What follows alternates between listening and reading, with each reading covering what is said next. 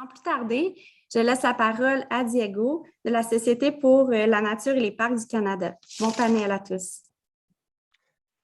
Merci beaucoup, Jennifer. Bienvenue à tous. Je m'appelle Diego Kramer. Je travaille pour la Société pour la nature et les parcs, surtout dans des questions de solutions nature pour les climats. Donc, dans mon travail quotidien, je m'intéresse spécialement aux liens entre les changements climatiques et l'effondrement de la biodiversité. Mais avant de présenter nos panélistes et de commencer avec nos questions, nos discussions, je voudrais souligner que cet événement se tient pour la plupart d'entre nous sur le territoire de Tiohtià:ke, communément connu sous le nom de Montréal. C'est un territoire qui a servi longtemps de lieu de rencontre et d'échange entre peuples autochtones, y compris les nations Haudenosaunee et Anishinaabeg. Donc, nous tenons à honorer, à reconnaître et à respecter ces nations à titre de gardiens traditionnels des terres et de l'eau sur lesquelles nous sommes rassemblés aujourd'hui et nous les remercions de leur hospitalité. Donc, sans plus tarder, je présente nos panélistes, les experts avec lesquels on va discuter. Dominique Gravel, professeur à l'Université de Sherbrooke et titulaire de la chaire de recherche du Canada en écologie intégrative. Dominique Berthaud, professeur en écologie à l'Université du Québec à Rimouski et titulaire de la chaire de recherche du Canada en biodiversité nordique. Et Ahmed Joglaf, secrétaire exécutif de la Convention sur la biodiversité, sur la diversité biologique de 2006 à 2012 et professeur associé à l'Université de Sherbrooke. Donc, bienvenue à tous.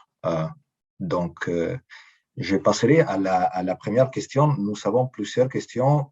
Nous avons un temps de réponse généreux. Et certaines des questions seront même appuyées par des images, par des présentations. Donc, pour mettre la table, nous avons vu les rapports que l'IPBES et les GIEC ont publiés conjointement début juin. C'est une première. D'habitude, les rapports sur l'état de la biodiversité et les rapports sur l'état du climat se publient de façon séparée. Ces rapports conjoints qui étaient assez massifs, c'était d'une certaine façon une bonne nouvelle parce qu'ils mettaient l'accent sur la nécessaire compréhension holistique du problème et des solutions qui doivent être intégrées. Et cela atterrissait bien même dans un contexte local comme le Québec où la lutte au changement climatique et les questions de biodiversité se font aussi un peu en vase clos et sont menées à partir des ministères qui sont séparés. Donc, à la lumière de ce qui a été exposé dans ces rapports conjoints, les réflexions sont avancées. Et ma première question, il est à M. Joglaf et à Dominique Berthaud. Et ça serait, s'il est évident que les changements climatiques auront des impacts majeurs et peut-être irréversibles sur la biodiversité et les écosystèmes partout à travers le globe, et alors que l'on accorde beaucoup plus d'importance aux enjeux liés au climat qu'à la biodiversité, à tout le moins sur la place publique, croyez-vous que cela est justifié? La lutte contre les changements climatiques est-elle vraiment plus importante que la préservation et la conservation de la biodiversité? Monsieur Joglaf, si vous voulez ouvrir la discussion, allez-y.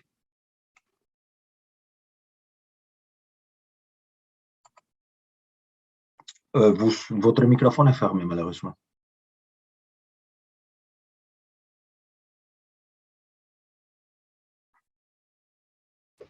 Allô, vous m'écoutez? Oui, très bien. Merci infiniment, Diego. Et comme vous l'avez très bien dit et souligné, les changements climatiques sont aujourd'hui une menace directe sur la biodiversité. Et les changements climatiques sont aujourd'hui une cause majeure de la déperdition de la biodiversité qui a atteint des taux inégalés. Suivant. Et pour certains, le point de non-retour se pointe déjà à l'horizon, et ça, c'était déjà en 2010 à l'occasion de la publication par le secrétariat de l'état de la biodiversité mondiale.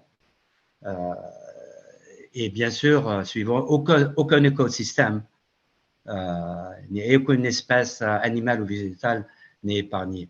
Déjà en l'an 2000 suivant, l'étude du millénaire a clairement démontré que l'homme a modifié les écosystèmes plus rapidement et plus profondément que durant toute la période comparable de l'histoire de l'humanité. Et à l'époque déjà, en 2000, les 2 tiers des écosystèmes étaient dégradés et certains de façon très avancée. Et la biodiversité a atteint des dimensions, la perte de la biodiversité a atteint des dimensions inégalées. Et certains parlent d'un taux qui approcherait les 1000 fois le taux normal d'extinction des espèces. Suivant. Et cela a été confirmé, bien sûr, par l'étude que je viens de mentionner de l'état de la biodiversité sur la base de rapports nationaux qui ont été soumis par les gouvernements, qui a confirmé le taux inégalé de déperdition des espèces et la dégradation des écosystèmes. Et nous avertissait déjà que les actions qui devaient être prises dans les 2 prochaines décennies, c'est-à-dire pas dans un siècle, allaient déterminer l'état du monde et le climat que nous avons pu avoir pendant les derniers siècles. Suivant. Le taux d'extraction a été démontré par l'IUCN, par le Fonds mondial de l'environnement, et c'est des millions d'espèces qui sont menacées. Suivant. Et c'est pour ça qu'on parle déjà d'anthropocène, c'est-à-dire une nouvelle ère géologique qui ne soit pas naturelle pour la première fois, mais qui soit créée par l'être humain. Et ça, c'était déjà il y a quelque temps. Les experts du Musée d'histoire naturelle de Paris parlaient qu'on était à la veille. Mais je pense qu'aujourd'hui, on peut très certainement, sans risque de se tromper, de dire qu'on est en plein anthropocène. Suivant. Et ça, bien sûr, c'est la concentration historique et inégalée de gaz à effet de serre, et en particulier, bien sûr, le dioxyde de carbone. Et c'est des milliards de tonnes qui sont émis annuellement. Le taux de concentration a atteint des records historiques qui dépassent les 413 ppm. Et si rien n'est fait, certains prédisent que d'ici 2050, c'est-à-dire très bientôt, la température pourrait atteindre des plafonds où la vie serait pratiquement impossible sur Terre. Suivant. Et là, on le voit, bien sûr, des températures records, même ici au Canada, le 2e pays le plus froid au monde. On se rappelle ce qui s'est passé en Colombie-Britannique, des records historiques de température, et puis bien sûr, suivi par des feux de forêt. Et puis, il est clair que la décennie 2010 à 2019 a été la plus chaude, et 2021 battra un autre record très certainement. Suivant. Et bien sûr, cela entraîne des dômes de chaleur, et ce qui arrivait une fois tous les 20 ans, maintenant arrive pratiquement annuellement, et la chaleur, comme nous le savons, tue plus de 5 millions de personnes par an. Suivant. Et malheureusement, donc, la biodiversité qui est victime des changements climatiques fait partie de la solution, donc ce qui va aggraver la situation. Nous savons que les océans, les forêts, les tourbières, les sols, les zones humides absorbent le carbone et donc jouent un rôle fondamental dans la régulation du climat.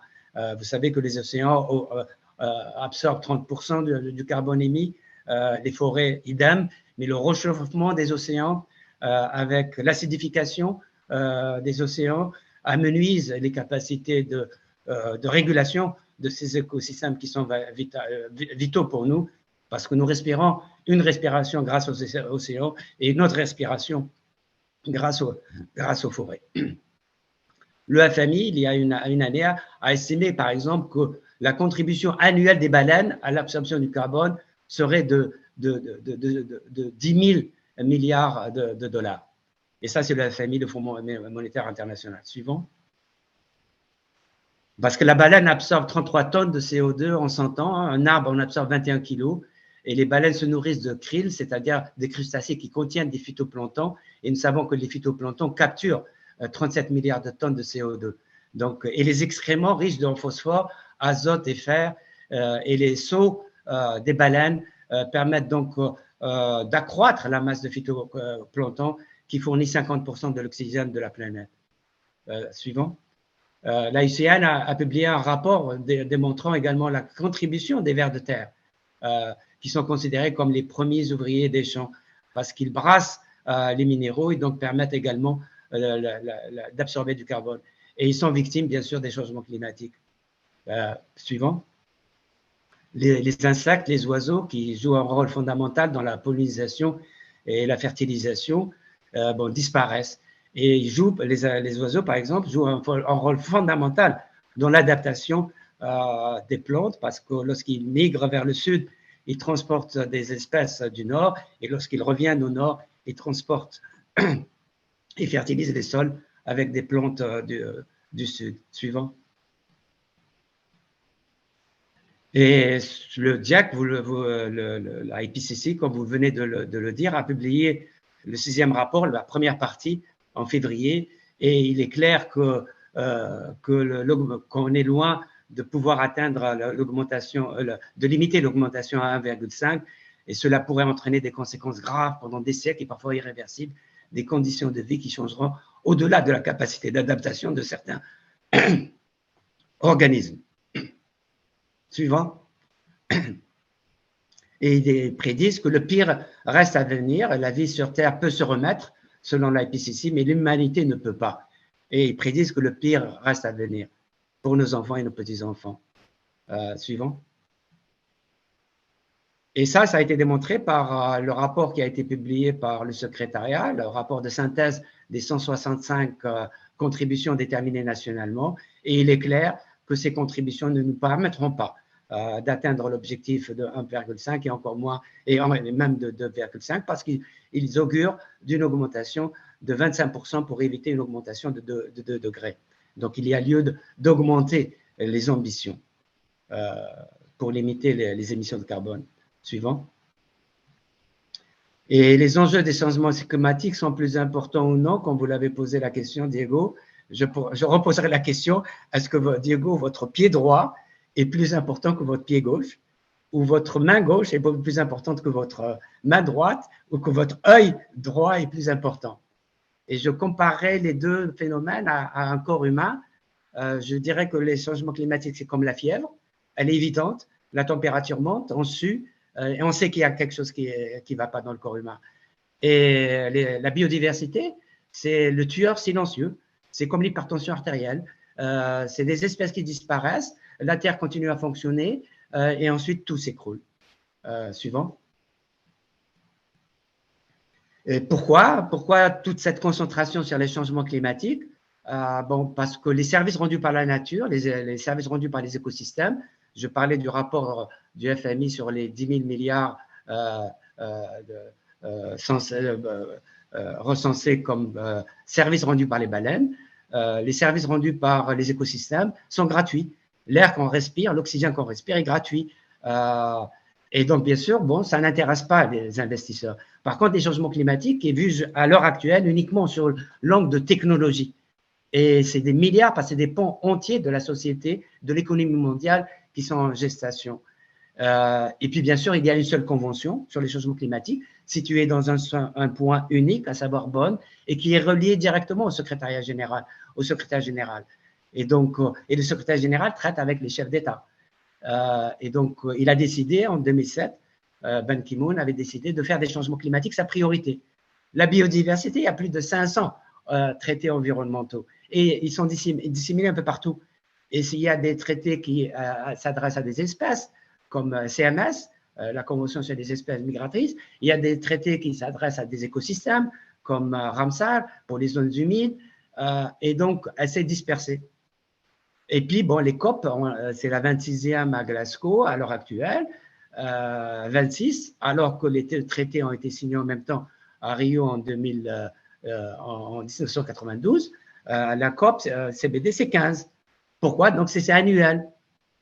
Et puis, bien sûr, comme je l'ai dit, les chefs d'État sont directement impliqués, donc d'où l'intention, parce que c'est des milliards qui sont en jeu, ce qui n'est pas le cas de la biodiversité. Suivant. Donc, est-ce que l'action internationale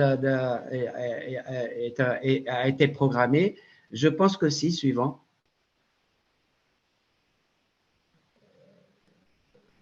Je crois que ça sera pour la deuxième question, non? Oui, tout à fait. Oui. Donc voilà, donc c'est pour ça que l'attention est beaucoup plus sur les changements climatiques. Et comme vous le savez, la presse adore les catastrophes et c'est ce qui fait vendre les journaux et les médias. Et les changements climatiques, il y a des catastrophes, des catastrophes naturelles qui se passent. Par la biodiversité, c'est une disparition silencieuse de temps en temps. Et ça fera mal plus tard. Merci infiniment. Merci beaucoup, Monsieur Joglaf. On constate cette même division même au sein des organisations de la société civile qui travaillent sur les deux enjeux. Les protocoles de Kyoto, les accords de Paris ont eu énormément plus de presse et ont mérité plus de temps de discussion sur l'espace public que les protocoles de Nagoya ou les objectifs de Aichi. J'aimerais poser la question à Dominique Berthaud. Pourquoi, si les liens est tellement bien démontré par la science, dans la place publique, on n'arrive pas à les faire? Merci pour la question, Diego. Puis bonjour à tout le monde et merci aux organisatrices aussi de m'avoir invité.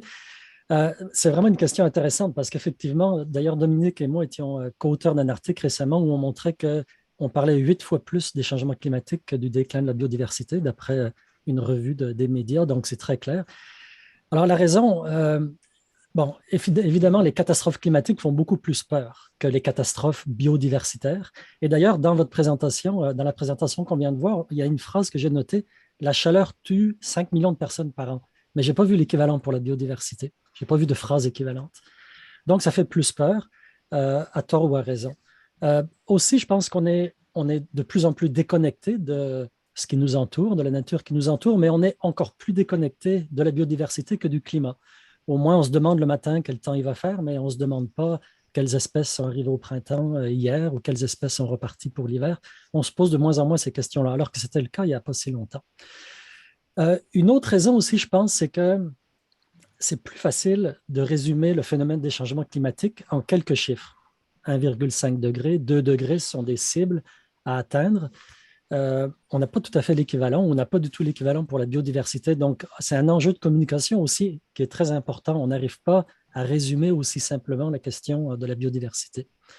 Et même en termes d'ailleurs des actions à mener, en ce moment, on entend beaucoup parler de chaque pays qui se fixe un horizon pour être carboneutre ou bien qui se fixe un pourcentage de diminution des émissions de CO2 par rapport à telle année. Là encore, c'est difficile d'avoir l'équivalent, d'avoir des cibles aussi concrètes pour la biodiversité qui résument l'ensemble. Donc ça, je pense que ça fait partie des raisons qui font que on parle moins des enjeux de biodiversité que de changement climatique.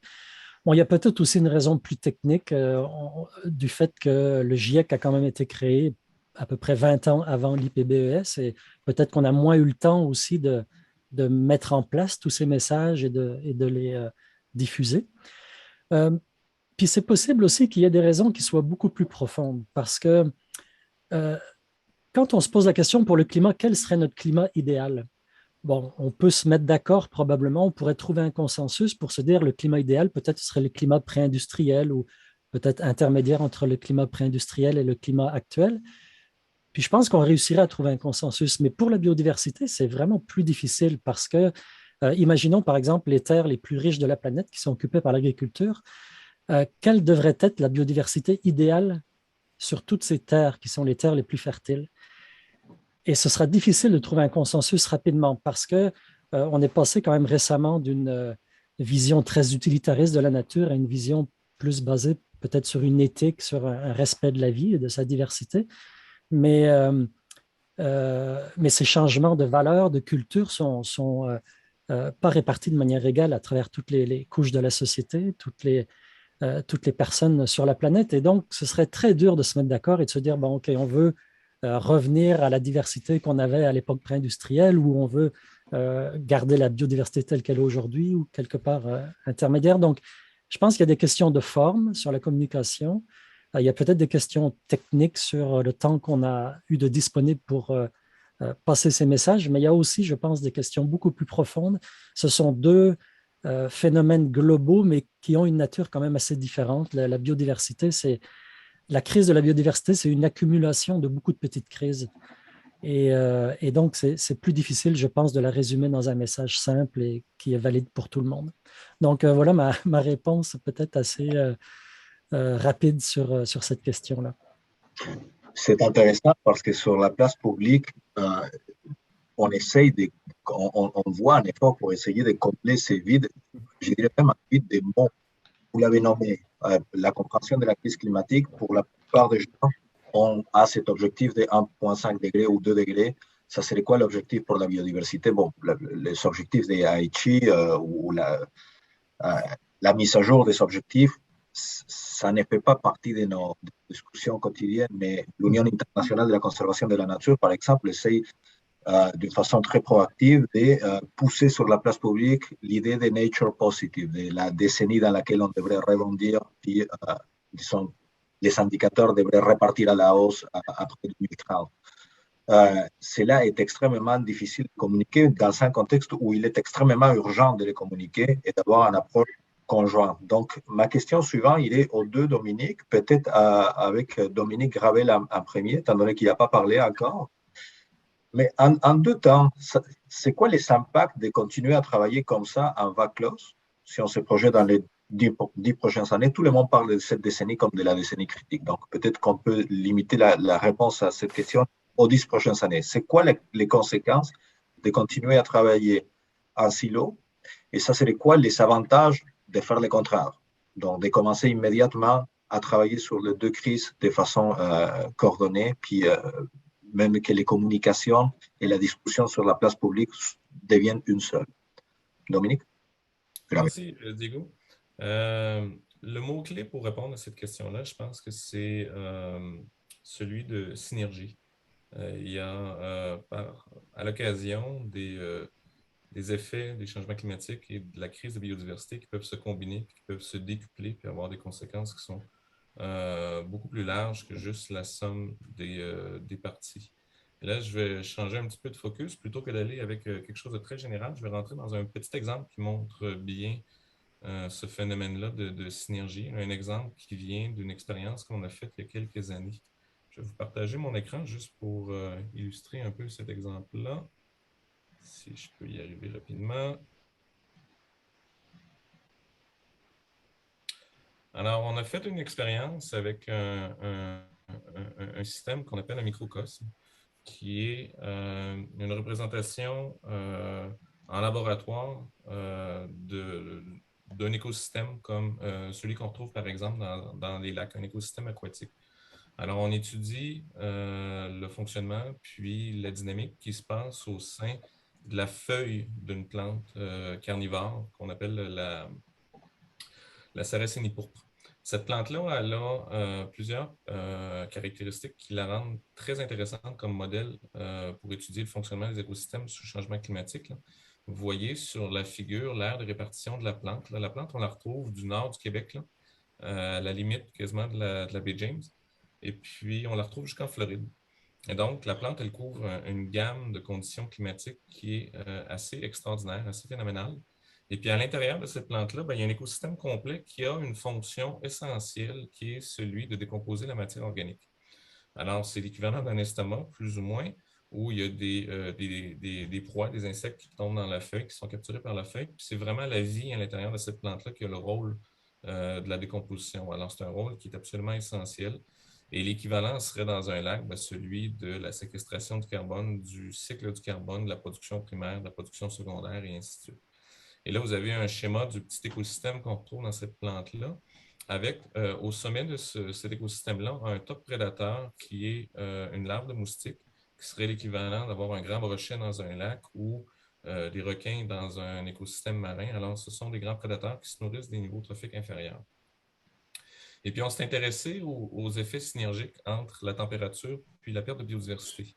Alors, il faut savoir que souvent, les grands prédateurs sont les premières espèces qui sont éliminées des systèmes, sont beaucoup plus sensibles parce qu'il y a toute une série de raisons associées notamment à leur démographie, à leur taille corporelle qui est plus grande, aux besoins d'habitat qu'ils ont, à leur dépendance au niveau trophique inférieur. Ça fait en sorte qu'ils sont souvent les premiers à tomber.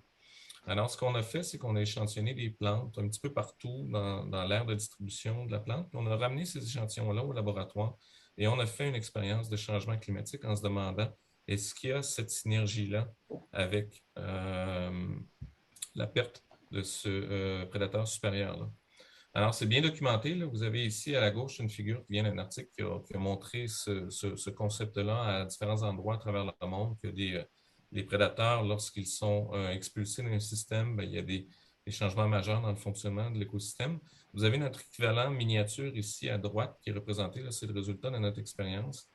Alors, ce que cette figure-là, elle représente, c'est que vous avez sur l'axe des X différents traitements de température. Alors, imaginez que c'est un réchauffement climatique.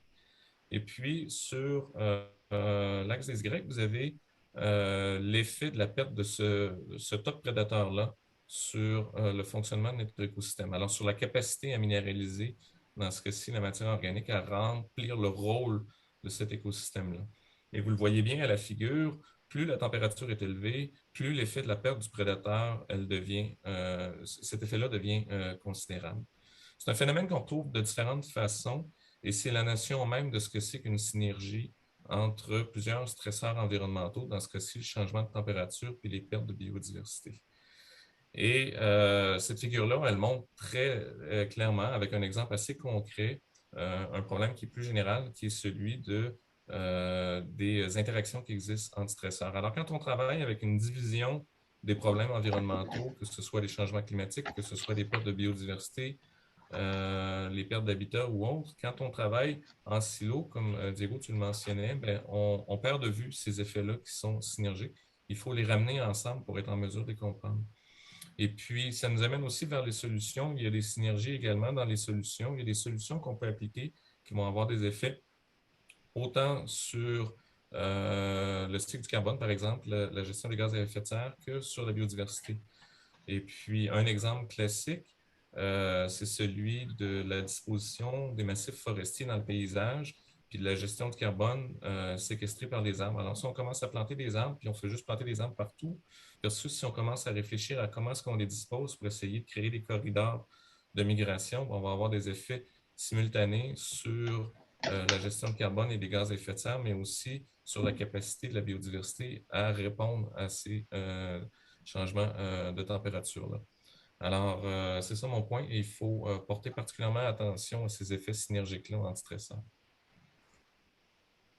Merci, Dominique. Dominique Berthaud, vous travaillez dans une des régions qui se réchauffe le plus vite, ce soit les nord canadiens et l'Arctique. Est-ce que vous observez des effets en cascade, un peu comme ce que Dominique Gravel vient de décrire, probablement à cause de la présence des grands mammifères marins, puis des espèces iconiques, il y a des choses qui sont plus faciles à communiquer?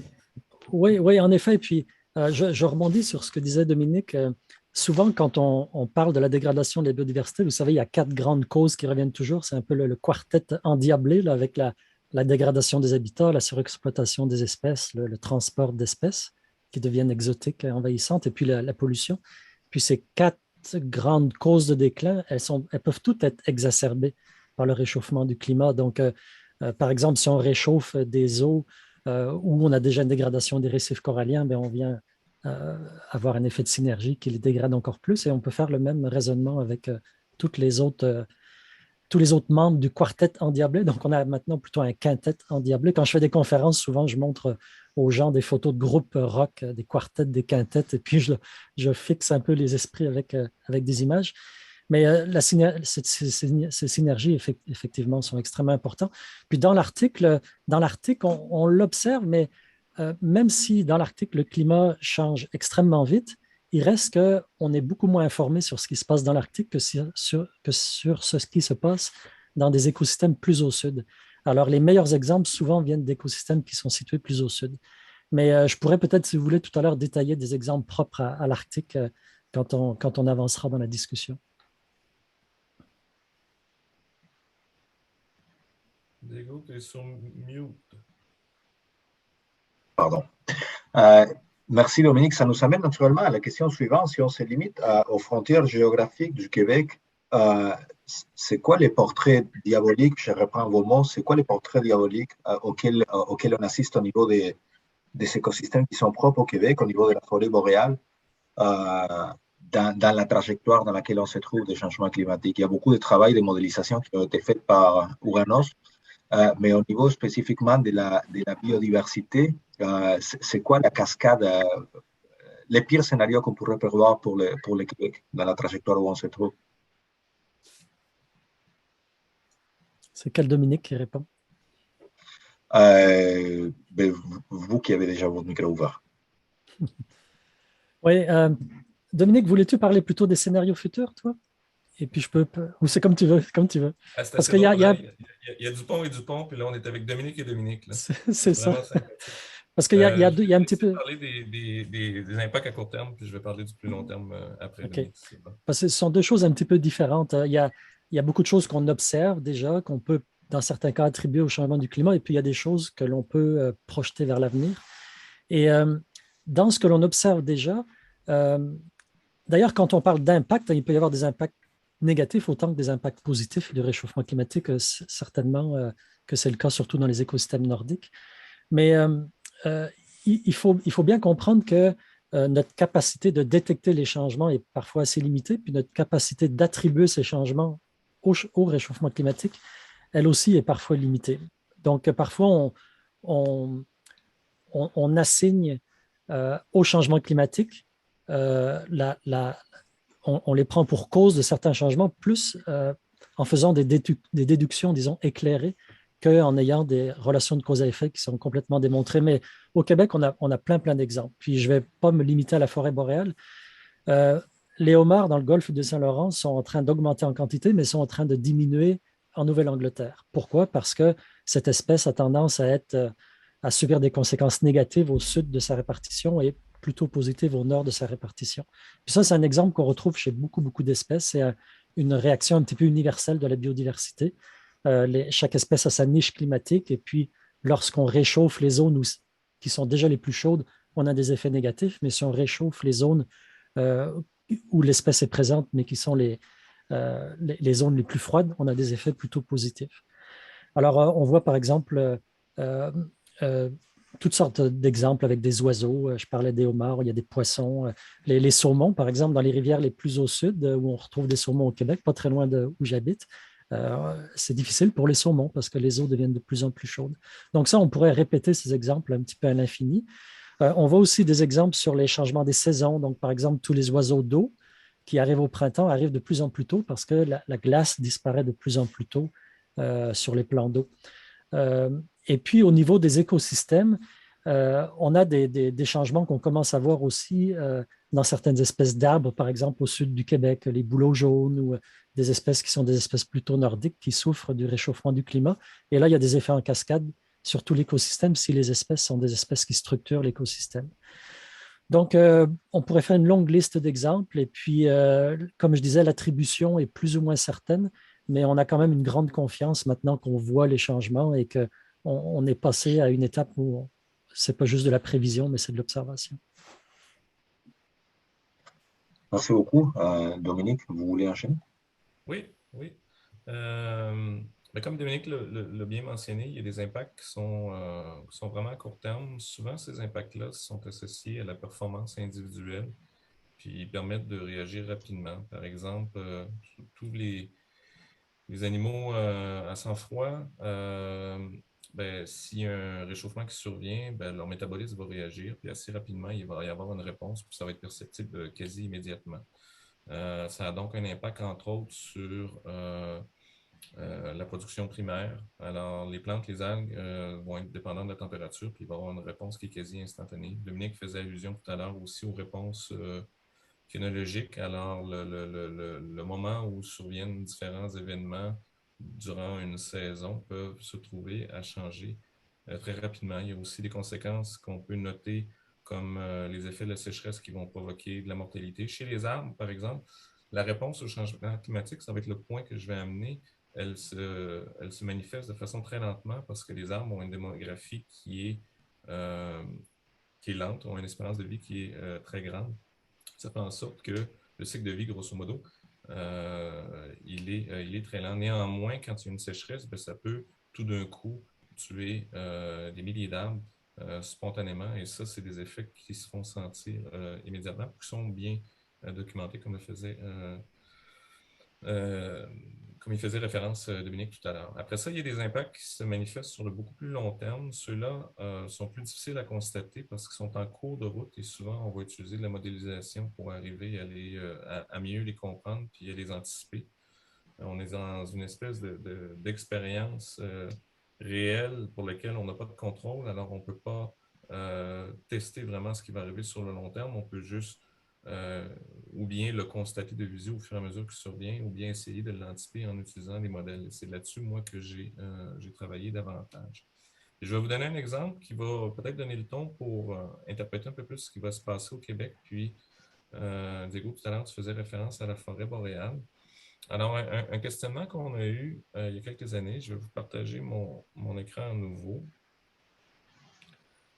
Un questionnement qu'on a eu il y a quelques années, c'est on se demandait de quelle façon allait réagir la forêt, les écosystèmes forestiers au changement climatique. Alors, il faut savoir qu'au Québec, on a un gradient climatique qui est assez uniforme. Quand on part de Montréal, puis on monte vers le nord, qu'on passe par Chibougamau, puis après ça, on monte dans la taïga et dans la toundra, progressivement, il y a une modification des conditions climatique qui va être suivi aussi d'une modification des écosystèmes forestiers. Puis on va avoir un passage qui est super important entre des écosystèmes qui sont contrastés. Alors, quand on part de Montréal, puis on arrive dans le massif, dans le bouclier canadien, bien, il va y avoir un passage de la forêt tempérée feuillue à une forêt plus résineuse, plus coniférienne, la forêt boréale. Et ça, c'est un changement majeur du fonctionnement des écosystèmes. C'est deux systèmes qui sont complètement différents. Les processus de recyclage du carbone, les organismes qu'on y trouve, les cycles de vie, les perturbations naturelles sont très différentes entre ces écosystèmes-là. Après ça, il va y avoir éventuellement un autre passage de la forêt boréale vers la taïga et même vers la toundra. Et là, la question, c'est de savoir comment est-ce que se réalisent ces passages-là dans l'espace et surtout comment est-ce qu'ils vont se réaliser dans le temps, puisqu'on va avoir une espèce de translation des conditions climatiques qui va amener aussi à une translation des écosystèmes qui y sont associés. Alors, vous avez ici trois scénarios là, où vous avez ce gradient-là, ce fameux gradient dans les conditions climatiques. Puis là, on peut imaginer qu'on passe d'un type forestier à un autre. Et puis, conceptuellement, il a été imaginé qu'on pouvait avoir au moins trois cas de figure. Alors, vous avez à gauche complètement une progression qui est plutôt linéaire. Alors, vous avez une modification graduelle des écosystèmes forestiers avec un passage tranquille de la forêt tempérée, de la forêt feuillue, des érablières vers la forêt boréale, la grande forêt d'épinettes noires et puis éventuellement vers la toundra. Dans le scénario au centre, c'est des passages qui sont plus marqués, plus abrupts. On va parler d'écotones, alors une transition de un à l'autre en très, très peu d'espace. Et puis, finalement, dans le dernier cas, vous avez une zone de chevauchement où ce qu'on appelle en anglais hystérésis, qui est la présence d'états stables alternatifs. Alors, dans le même paysage, pourraient cohabiter différents types de forêts selon les conditions initiales. Et il s'avère que ce n'est pas juste une question spatiale, comme je viens d'y faire référence, c'est aussi une question de changement dans le temps. Alors, ces trois cas de figure-là sont associés à des changements différents dans le temps. Alors, dans le cas qui est à gauche complètement, si on a une modification du climat, on va avoir une réponse qui va être plutôt graduelle. Mais dans les cas qui se trouvent à droite, avec le réchauffement, on s'attend aussi à avoir une réponse qui est assez spontanée. On va utiliser souvent des mots plutôt alarmants comme catastrophique, changement soudain, changement abrupt des conditions environnementales. Alors, on s'est demandé pour la transition entre la forêt feuillue et la forêt boréale, est-ce qu'on aurait un cas de figure qui répond plus à celui de gauche complètement, ou on va plutôt se situer dans les cas qu'on retrouve vers la droite. Et pour faire ça, on a développé des modèles de simulation parce que c'est la seule façon d'aborder ce genre de questions-là sur le long terme avec les écosystèmes forestiers, puisqu'on a affaire à des écosystèmes qui ont des temps de changement de l'ordre de plusieurs centaines d'années. Alors, c'est uniquement par la modélisation qu'on peut aborder ça. Et là, avec la diapo qui suit, je vais juste vous montrer le résultat de quelques simulations qu'on a réalisées. Alors, vous avez à gauche la distribution de la forêt actuelle à l'époque où on a fait nos simulations en 2015. Puis à droite, vous avez une projection la forêt en 2095 sous un changement, je pense que c'est le LCP 4.5. C'est un changement modéré là, de climat.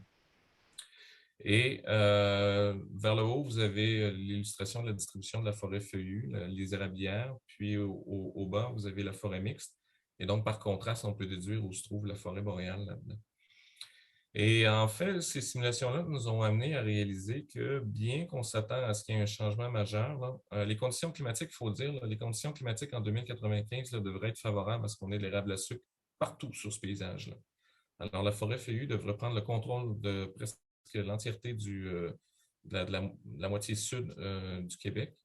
Et puis, dans les faits, selon plusieurs scénarios de modélisation, celui qu'on a ici, mais d'autres aussi, là, en fait, il n'y a pas grand-chose qui va se passer parce que l'écosystème forestier, il est trop lent à répondre. Pour mieux l'illustrer, je vais prendre une tranche. On va partir de Montréal en voiture, puis on va monter jusqu'à Chibougamau, et puis on va prendre note du type forestier qu'on observe. C'est ce que vous avez représenté ici, là. Alors, vous avez la distance. Là, à gauche complètement de la figure, c'est Montréal, puis à droite complètement, c'est Chibougamau.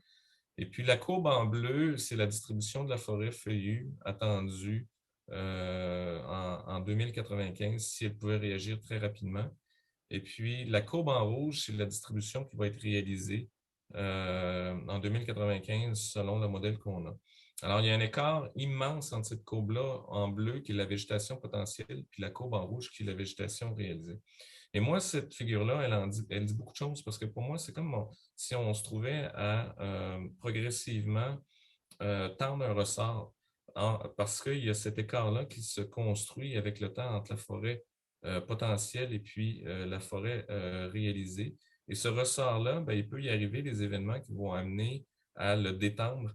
Et malheureusement, ce qui va arriver dans ce cas-là, c'est que si on détend le ressort, comme la tension est très élevée, bien, le changement il pourrait être majeur. Et puis, il y a toutes sortes de perturbations qui vont survenir dans cette réorganisation-là des écosystèmes. Alors ça, c'est un point qui est assez important. Alors, les changements, les réponses qu'on s'attend au Québec ne sont pas nécessairement de nature linéaire, de nature graduelle. Il y a des chances que pendant un bout de temps, on n'observe absolument rien pour certaines composantes de l'écosystème.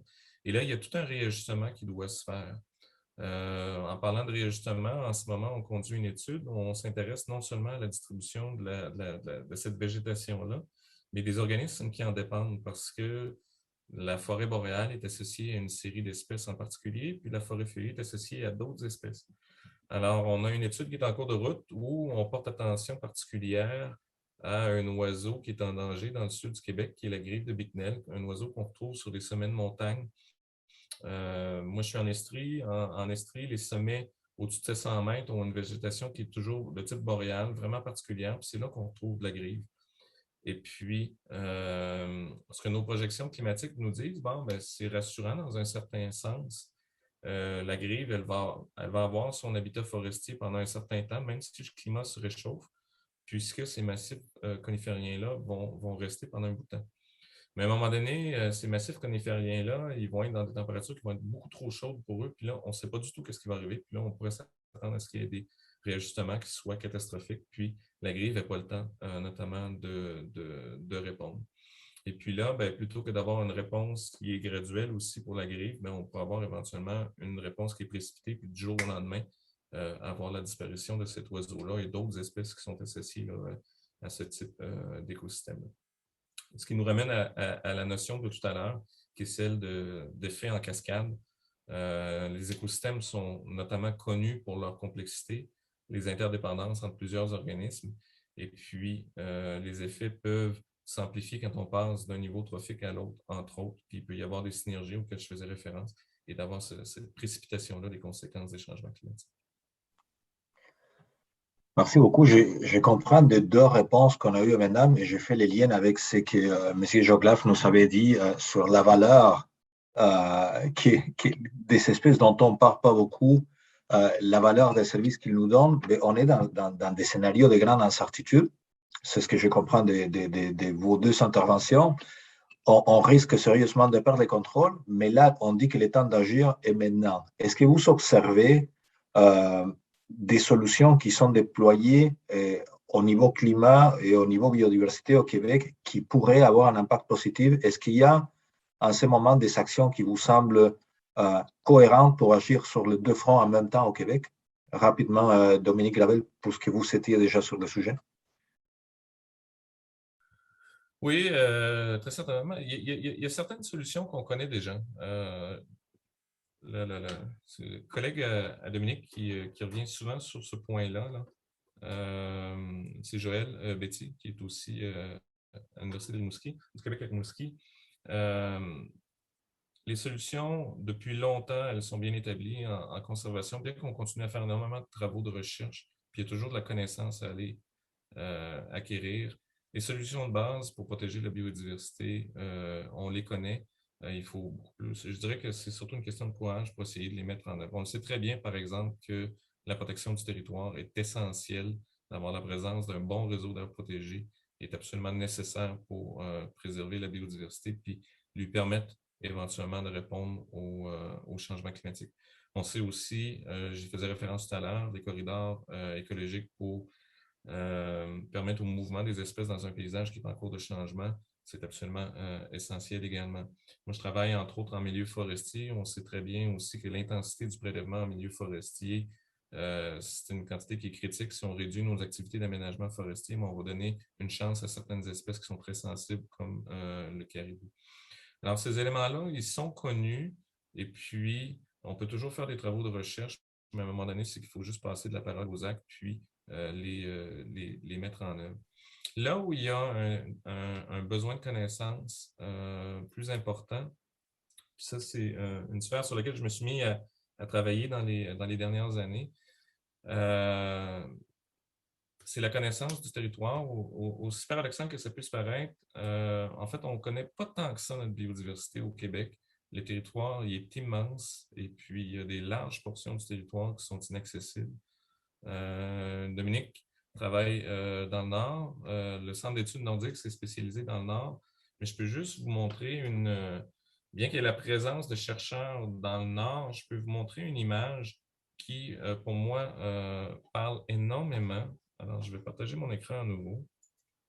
On est en train de travailler en ce moment au développement d'une plateforme qu'on appelle Biodiversité Québec, qui est un système d'observation pour la biodiversité du Québec. L'idée, c'est que si on veut passer à un modèle d'adaptation, l'adaptation requiert d'avoir une connaissance en temps réel de la situation pour être capable de réagir. Puis en ce moment, en fait, notre capacité d'avoir cette connaissance-là en temps réel est plutôt limitée. Vous avez ici une carte du Québec où on a une représentation de la densité des observations de biodiversité à la grandeur du Québec.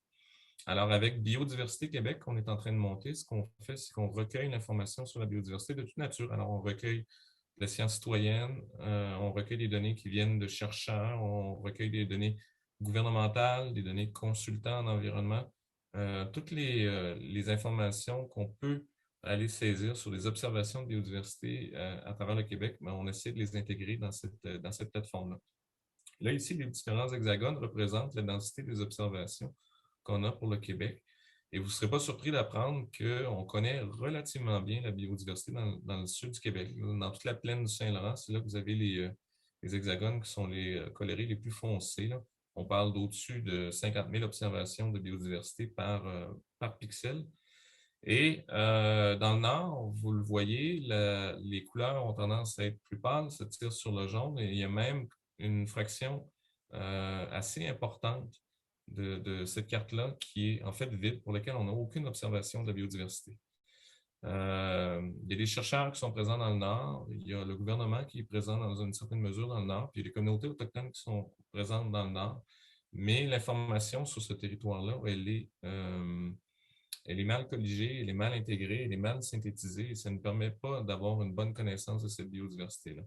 Paradoxalement, c'est là où les changements attendus, la vélocité des changements climatiques est le plus importante. Alors, c'est là où on a possiblement les conséquences les plus importantes qui vont se manifester, et ça, à très court terme. Les régions qui sont couvertes ici, c'est des régions qui sont actuellement occupées par de la toundra, où il y a à peine des arbustes, et puis sur un horizon de 50 à 100 ans, en fait, on aurait des conditions qui seraient climatiquement favorable à l'établissement de la forêt. Alors, ça va être un changement majeur qu'on va avoir de ces écosystèmes-là, mais on n'a même pas une connaissance suffisante aujourd'hui de ces systèmes-là. Alors, ça va être difficile d'arriver à faire une gestion adaptative sans une meilleure capacité à suivre les conséquences de ces changements climatiques-là sur la biodiversité. Alors pour moi, ça, c'est un des enjeux pressants de développer nos capacités à suivre la biodiversité dans ces régions-là. Sinon, on va avoir de la difficulté à s'adapter puis à réagir.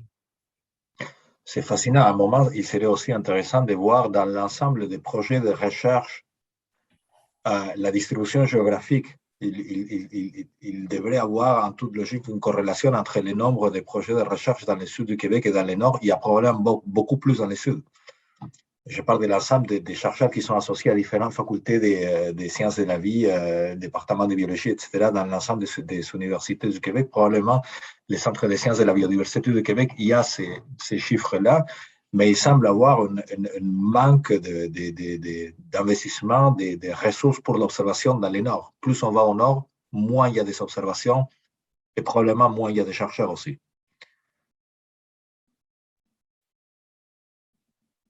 Tout à fait. Excusez-moi, là, j'ai essayé de trouver le bon bouton. Il y a des contraintes de logistique qui viennent avec le travail dans le Nord. Puis ça, Dominique pourra en parler beaucoup plus que moi. Là. Je ne suis pas nécessairement le meilleur ambassadeur des travaux en Arctique, mais c'est extrêmement coûteux, c'est extrêmement difficile, ça prend beaucoup de planification, alors que c'est plutôt facile de juste sortir de son bureau et puis d'aller à côté, puis de prélever, faire des observations. En particulier, les observations à long terme qui sont nécessaires pour être en mesure de faire une bonne mesure des changements. Dans le Nord, c'est tout un défi. Je participe de façon connexe aux travaux qui se réalisent à l'île Bilot dans le Nord. Et puis à l'île Bilot, c'est un système qui est assez fantastique. Il y a au moins un site qui est bien suivi depuis longtemps, depuis au-dessus d'une vingtaine d'années, où il y avait une belle série temporelle continue. Et puis est arrivé un événement ponctuel qui se nomme COVID, qui a complètement dérangé cette capacité de suivi-là. Dans le sud, il y a des suivis qui ont été poursuivis malgré les conditions difficiles associées à la COVID. Mais dans le nord, c'était absolument impossible. C'est un bel exemple à quel point ces suivis-là à long terme sont fragmentés, sont difficiles d'accès, sont contraignants. Et puis, il faut y investir beaucoup de ressources pour y parvenir. Merci beaucoup. Malheureusement, le temps presse un peu, puis on va garder un peu de temps pour les questions du public. Je nous ramène, je sors du Québec, je nous ramène tous au contexte international. On est rendu à la COP 26.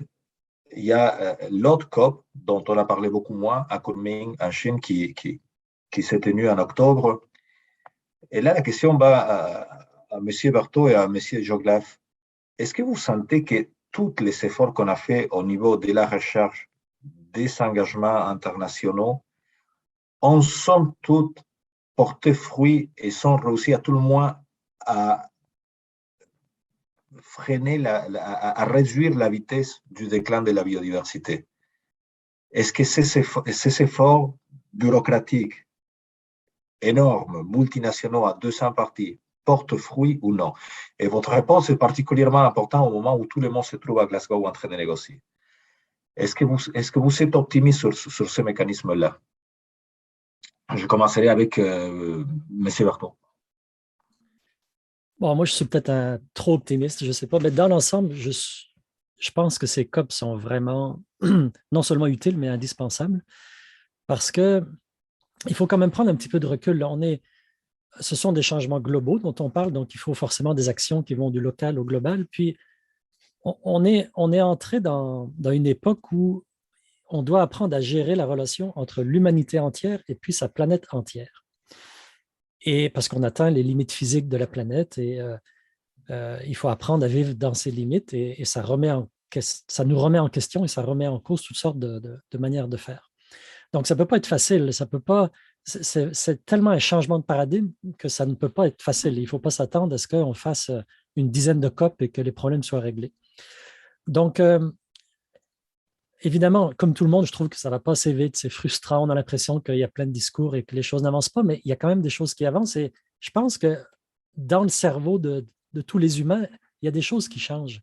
Et cette diplomatie environnementale, là, c'est aussi un fer de lance de la diplomatie en général. C'est quand même, les COP, c'est un des événements où les chefs d'État se rencontrent et il n'y en a pas tant que ça finalement. Donc, je pense que nos problèmes d'environnement sont des gros problèmes, mais c'est aussi l'occasion d'apprendre à vivre sur une planète, une humanité, une planète. Et c'est dans ce sens-là que je suis quand même positif. C'est évidemment, le pire qui pourrait arriver, c'est qu'on se fait la guerre pour nos ressources environnementales et que ce soit une guerre généralisée, puis chacun prend ce qu'il peut prendre par la force. Je pense que les COP, c'est quand même un moyen d'essayer d'éviter ces choses-là. Alors oui, ça ne va pas assez vite, mais je pense que c'est utile, indispensable et il ne faut pas trop dénigrer les COP, même si on a l'impression que ça n'avance pas assez vite. Alors ça, c'est peut-être un avis extérieur parce que je ne suis pas présent dans les COP. C'est peut-être plus mon avis de citoyen engagé ou inquiet des questions environnementales et de l'avenir de l'humanité en général.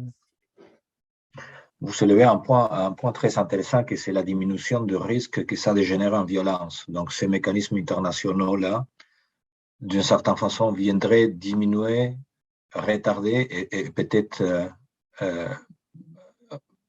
annuler les risques que ça se règle autrement dans un chaos pour accès aux ressources. C'est un point intéressant. On n'est pas rendu là au Québec, mais il y a d'autres endroits sur la planète où l'accès aux ressources, il y a déjà tourné à des affrontements violents. Je pense notamment l'accès à l'eau en Amérique latine, les cas de la Bolivie, l'accès aux terres de pâturage dans l'Afrique subsaharienne, les cas du Soudan. Monsieur Joglav, là, vous avez un point de vue sur les limites de ces instances de négociation et peut-être des recommandations à faire au niveau de la gouvernance. Donc, je vous passe le micro. Je sais que vous avez quelque chose à nous présenter.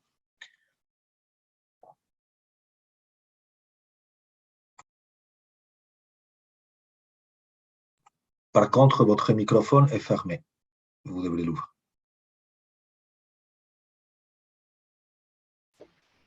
Merci infiniment, Diego, pour cette opportunité.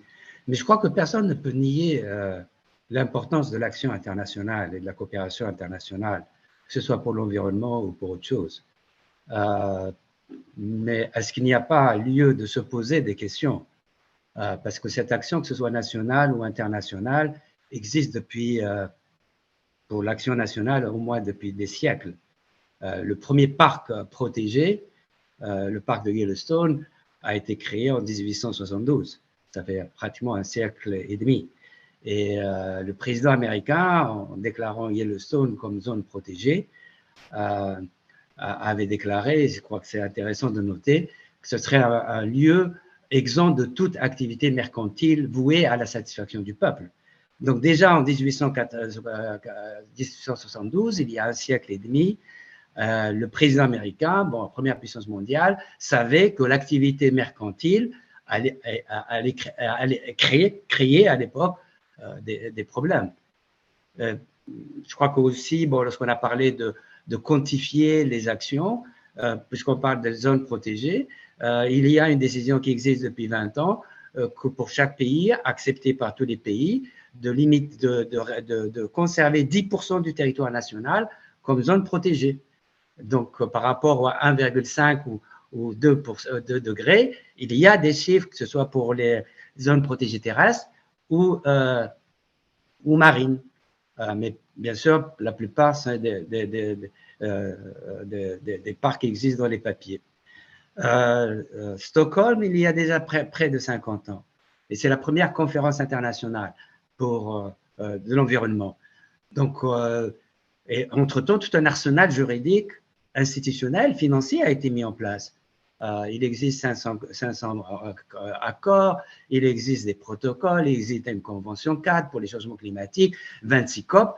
On serait attendu au moins de limiter un peu les dégâts et de voir la trajectoire se dirigeait vers de bonnes directions. Surtout lorsqu'on connaît le coût financier de ces écoles. Paris, que je connais bien parce que j'étais associé à la préparation de la conférence de Paris et à l'accord de Paris, a coûté 6 milliards de dollars. Copenhague, 4 milliards de dollars.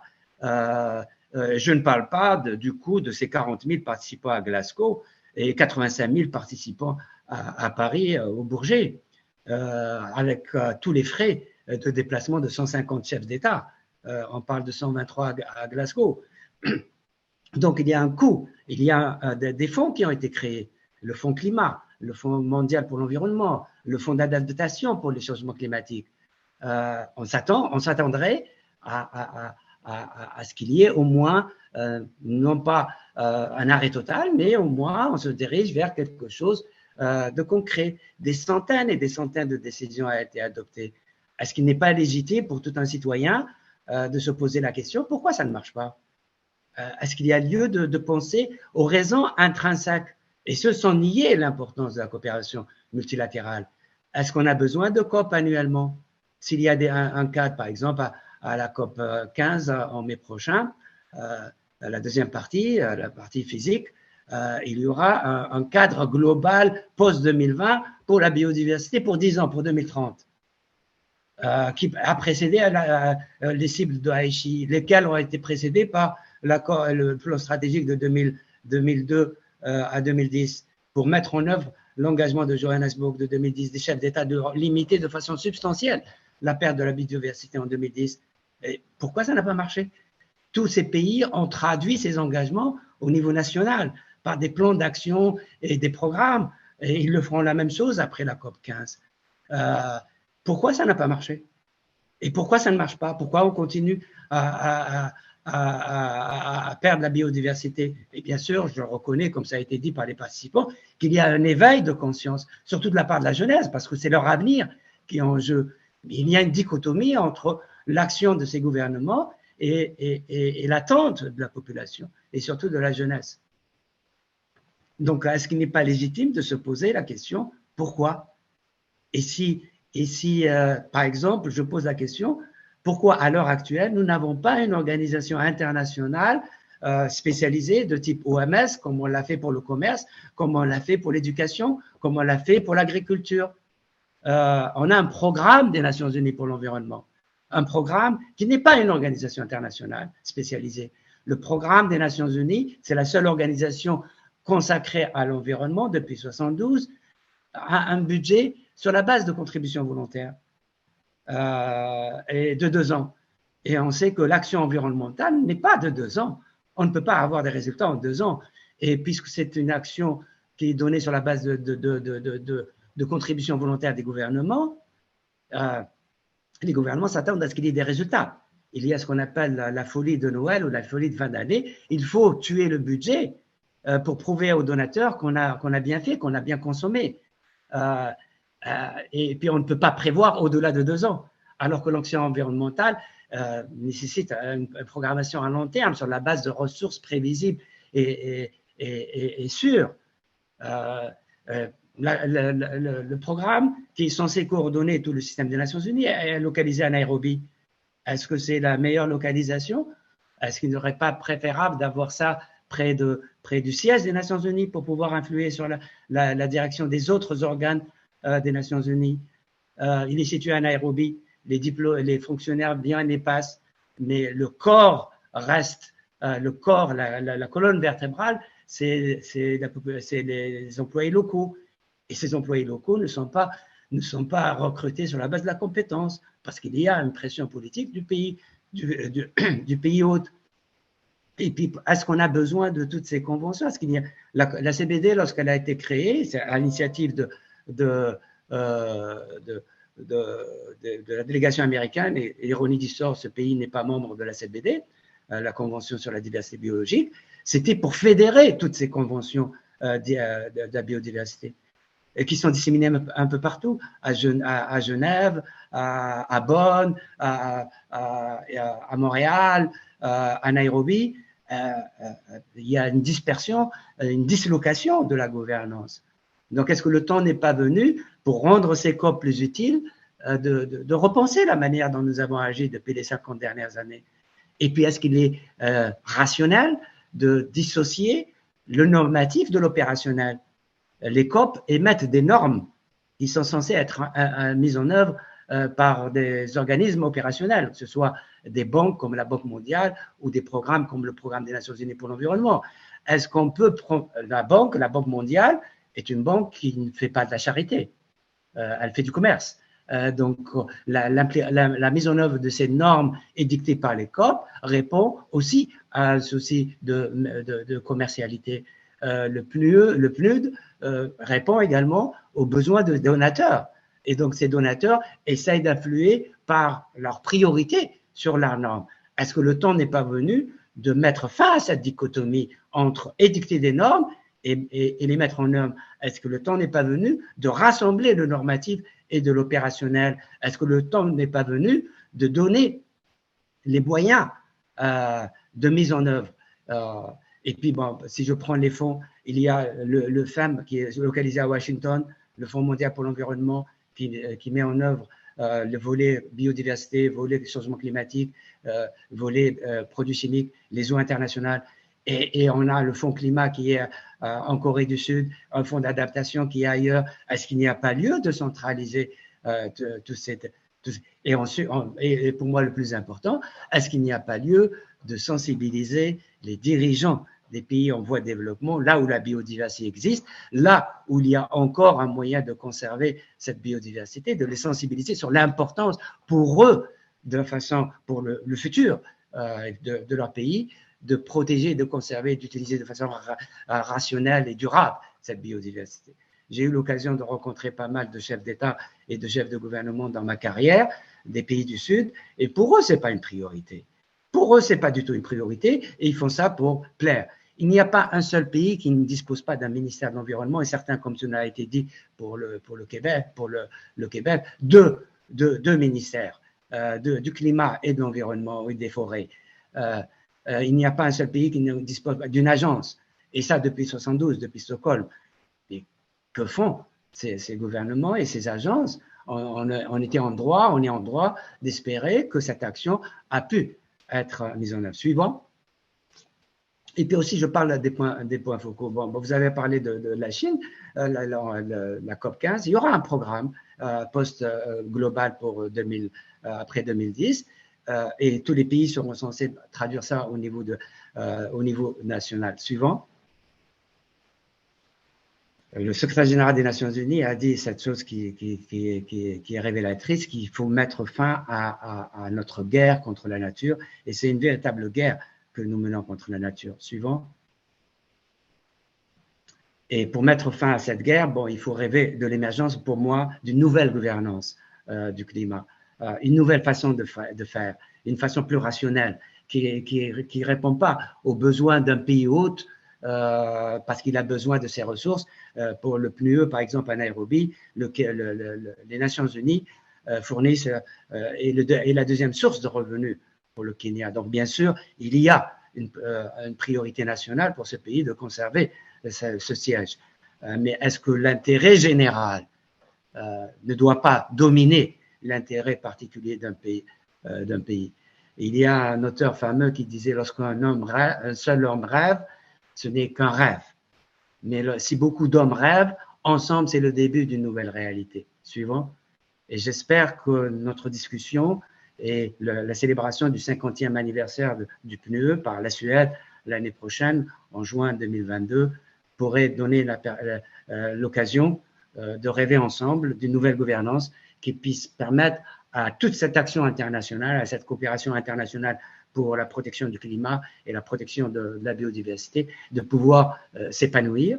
Et je lance un appel à l'université de Sherbrooke, dont j'ai l'honneur, je m'enorgueillis d'être un professeur associé. Comme l'université a été à l'origine de ces dialogues de 2 semaines en marge de Glasgow, pourquoi pas en marge de la conférence de mai, de la deuxième partie de la COP 15, ne pas être le levain de ce rêve afin de traduire la nécessité d'une nouvelle gouvernance environnementale en réalité. Et je vous remercie infiniment de votre patience.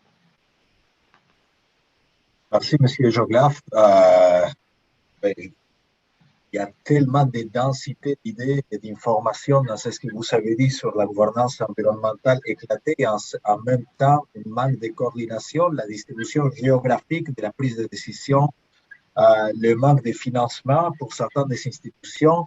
Il nous reste 15 minutes, puis on a des questions du public qui sont vraiment intéressantes. Juste pour finir avec vous, avant de passer aux questions du public, et peut-être je vous demanderai une réponse par oui ou non. Est-ce qu'on devrait unifier les COP à terme, tenir COP qui soit climat et biodiversité?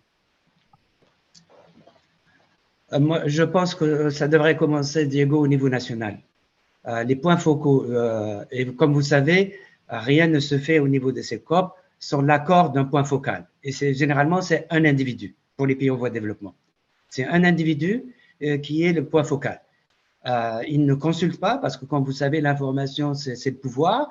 Et puis, bien sûr, lorsqu'on a des frais de mission payés par les Nations Unies, qui équivaut à un salaire d'une année, l'individu n'a pas intérêt à partager cette information. Pourquoi ne pas créer, comme ça a été le cas, c'est le cas pour l'UNESCO, non pas un point focal individuel, mais un comité national. Un comité national qui regrouperait tous les partenaires qui sont concernés.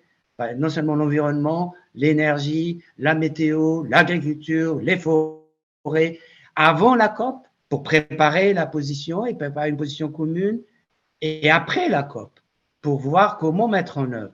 Donc, au lieu d'avoir un point focal, et puis ce point focal est désigné généralement par le ministère des Affaires étrangères, et puis comme vous savez, les diplomates bougent beaucoup, et lorsqu'ils bougent, les dossiers partent avec eux. Et quelqu'un vient, il n'y a pas de mémoire institutionnelle, il n'y a pas de suivi. Et donc, pourquoi ne pas avoir des termes de référence? Un pays est souverain de désigner qui il veut pour le représenter. Mais est-ce qu'il n'y a pas une obligation d'avoir au moins des termes de référence? Cette personne, qu'est-ce qu'elle est censée faire? Qu'est-ce qu'elle est censée ne pas faire? Et comment impliquer non seulement les gouvernements, mais la société civile, les universités, les scientifiques, pour la préparation et la mise en œuvre des décisions de la COP. Et bien sûr, comme vous l'avez dit, et comme je l'ai dit avant le début de notre conférence, il est urgent d'avoir au moins les bureaux, on parle d'une vingtaine de personnes par COP, ensemble pour pouvoir coordonner, pour pouvoir travailler ensemble, et des programmes conjoints. Il faut un programme comme nous l'avons fait pour la biodiversité. La COP à Nagoya a adopté un programme d'action changement climatique, biodiversité, que ce soit la même chose pour la COP des changements climatiques, que la COP puisse adopter, endosser ce programme et en faire également une priorité pour la mise en œuvre. Est-ce qu'il n'est pas aberrant, Diego, de constater, si on prend l'accord de Paris, qu'il y a simplement une référence dans le préambule et il fallait l'arracher parce que le texte initial que j'avais soumis a été complètement dévoyé pour ce préambule de l'accord de Paris qui parle de la nécessité de préserver les écosystèmes. Est-ce qu'on aurait attendu à voir une reconnaissance beaucoup plus formelle par la COP des changements climatiques du rôle fondamental des écosystèmes dans la solution au problème du climat, que ce soit les océans, que ce soit les forêts, que ce soit le sol, que ce soit les espèces qui contribuent à la capture du carbone, mais rien. Donc, il y a lieu de repenser cette approche par tiroir et décloisonner l'action internationale pour les changements climatiques et bien sûr la biodiversité. Merci. Je prends très bien votre réponse. Les deux, Dominique, si vous ne prenez pas offense, il y a une question qui fait elle-même dans la formulation de la question un lien entre changement climatique et biodiversité dans les négociations qui sont en cours. J'aimerais inviter Lise Gohan, si elle peut ouvrir son micro, peut-être à la poser elle-même. C'est une question complexe. Bonjour, merci beaucoup. J'ai posé plusieurs questions, donc je vais commencer par la première. Cette semaine, il y a eu une déclaration à la COP26 par les chefs de 100 États, comme quoi ils s'engageaient à mettre fin à la déforestation et à la dégradation des terres d'ici 2030. Aussi, la déclaration mentionne des fonds privés et publics pour atteindre cet objectif. Je voulais savoir ce que vous en pensiez ce que vous pensiez de cet engagement. Est-ce que il va donner lieu à des activités concrètes sur le terrain?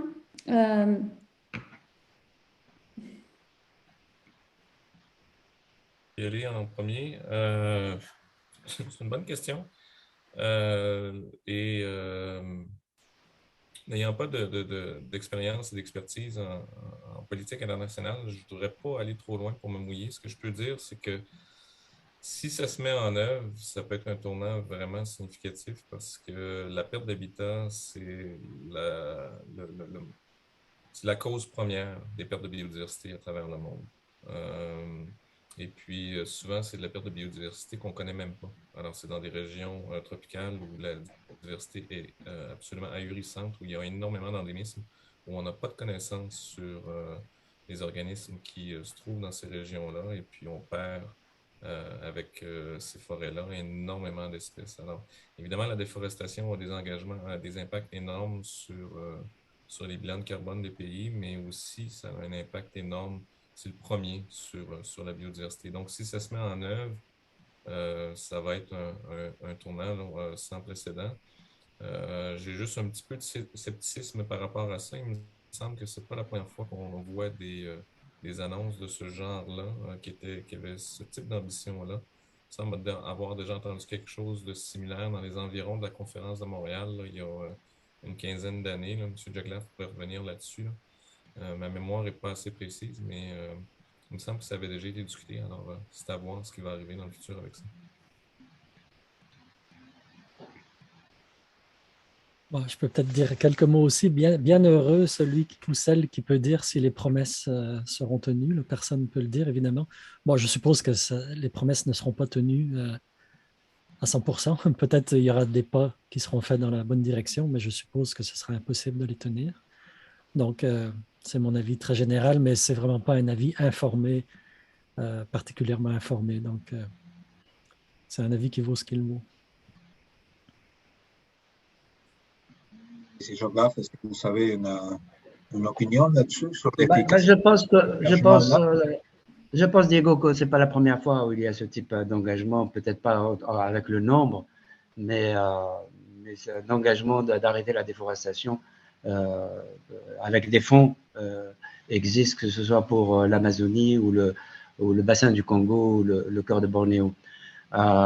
Mais tant que ces pays considèrent que ces écosystèmes sont la propriété privée, que ce soit l'Amazonie ou le bassin du Congo, et que personne n'a le droit de s'immiscer parce que c'est leur ressource naturelle, je crois qu'on peut avoir toutes les déclarations qu'on veut, le résultat continuera à être un peu décevant. Je voulais vous parler d'une expérience personnelle. J'ai essayé de lancer, lorsque j'étais secrétaire exécutif de la Convention, un forum d'échange d'expériences entre les pays membres du traité d'Amazonie pour la protection de l'Amazonie, le bassin du Congo, donc l'Amérique latine, l'Afrique et le cœur de Bornéo, l'Asie. Donc un forum où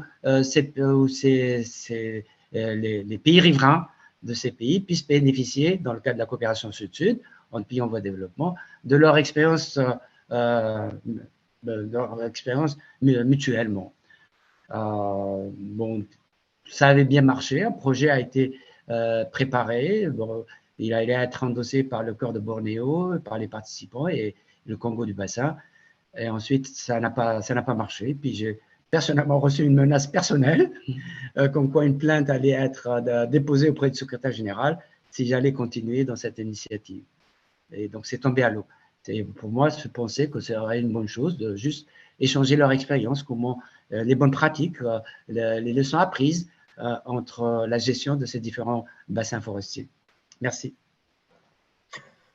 J'ajouterais aussi, Monsieur Joglaf, qu'il y a la question de l'instabilité des cycles politiques. Les plans pour protéger l'Amazonie sont assujettis à des cycles politiques assez chaotiques au Brésil. Et ce type d'engagement-là, connaissant l'instabilité